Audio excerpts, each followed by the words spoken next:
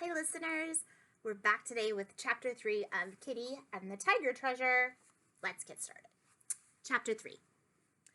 The gray cat flicked her tail crossly. I'm the museum cat, and I won't let anyone get away with stealing. She glanced at Figaro and Pumpkin, and you two should be ashamed of yourselves for helping her. No honest cat would do such a thing. Now, we know that Kitty is not trying to break into the museum or steal something, right? She just wants to see the tiger. But it sounds like this cat thinks otherwise. Let's see what happens. Figaro's sleek black and white fur bristled. How dare you accuse us of being common thieves? Hush, Figaro, it's all right, Kitty turned to the gray cat. You don't need to worry. We're not here to steal anything. We only came to look at the golden tiger statue because we were so excited to see it. My name's Kitty, and I have superpowers. These are my friends, Pumpkin and Figaro. Oh, yes, I've heard about you. The gray cat studied Kitty's cape and cat ears. Then she bowed her head. My name's Cleo. I'm sorry I jumped on you. You should be very sorry, Figaro scowled deeply. He made a sad, kind of mean face. Imagine landing on someone like that. It's hardly civilized. I got the wrong idea when I saw you sneaking along the window ledge, said Cleo. I hope I didn't frighten you all. Don't worry, we're fine, Kitty told the cat. I suppose we must have looked a bit suspicious. Ooh, such a good word. Suspicious. Means they look like they were up to something, right? Figaro made a sound and turned away to clean his paws. Pumpkin crept along the ledge to look at Cleo with curious eyes. Do you really live here in the museum? I sleep in an office at the back of the building, explained Cleo.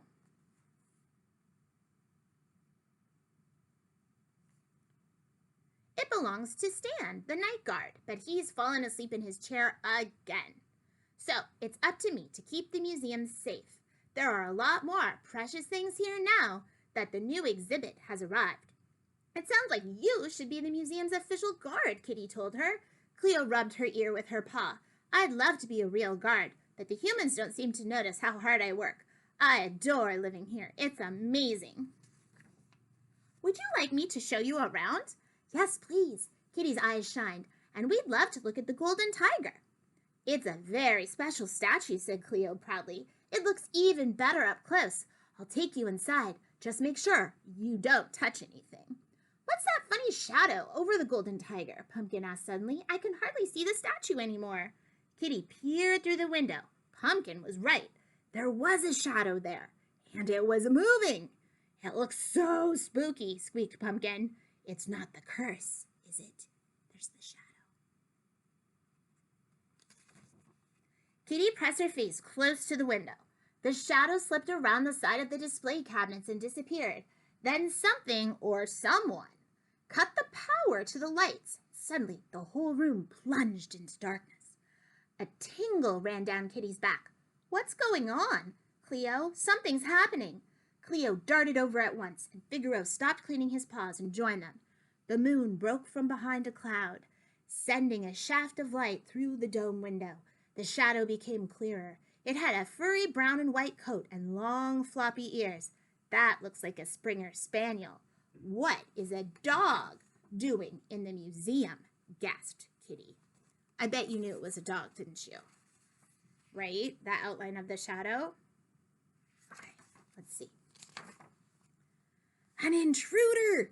Cleo's fur stood on end, and I was so busy talking that I didn't even notice. The dog moved stealthily around the gallery until it stood right beside the golden tiger. Paws and whiskers, exclaimed Figaro. It's heading straight for the statue. They watched in alarm as the dog leaned closer and reached out his paw. Stop, thief, cried Cleo. That doesn't belong to you. Whoa.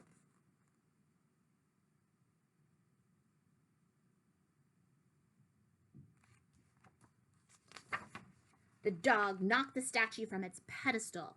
The golden tiger rolled across the museum floor, its diamonds sparkling in the moonlight. The statue's emerald eyes glowed like the eyes of a real tiger. Then the dog picked up the statue in his jaws and ran off into the shadows.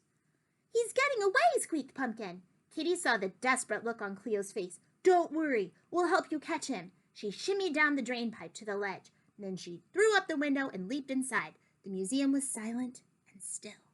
Cleo shook her head. There they are. Stan must have forgotten to set the burglar alarm again. Kitty looked around and shivered. The last time she'd visited the museum, the whole place had been bright and noisy and full of people. Now there was a shadowy shape in the corner, and moonlight glinted on something shiny. Kitty caught her breath, and then her eyes sharpened, and she saw a wax model of a soldier carrying a spear. She breathed slowly to calm her racing heart. The thief was somewhere in the building, and she was determined to catch him. Cleo and Pumpkin tumbled into the room behind her. Figaro climbed in last with a flick of his tail. "Cleo, can you take us to the exhibit room?" said Kitty. "This way." Cleo led them up a grand marble staircase into a splendid gallery beneath the domed ceiling. Moonlight shined through the window above. Now all around them the treasures of the exhibit were arranged in beautiful cases. There were fans painted in delicate colors, ancient coins and silver plates studded with rubies. A spotlight shined down on the space where the golden tiger had been. Cleo paced around the empty pedestal, her tail swishing. "I should have noticed," she muttered. "I should have been watching more carefully." Kitty's heart sank. The best treasure of all was missing, and everyone in Hallam City would be disappointed.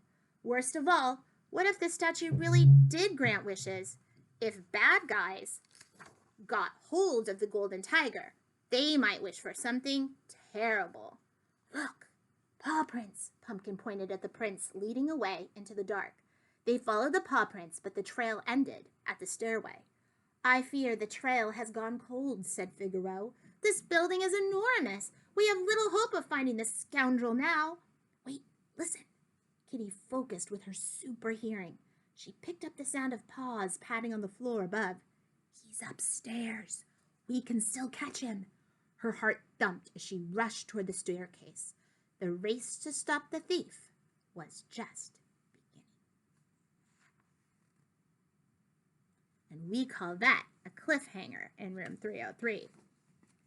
Tomorrow, hopefully, we'll see if they catch him. Have a great day. I'll read with you tomorrow.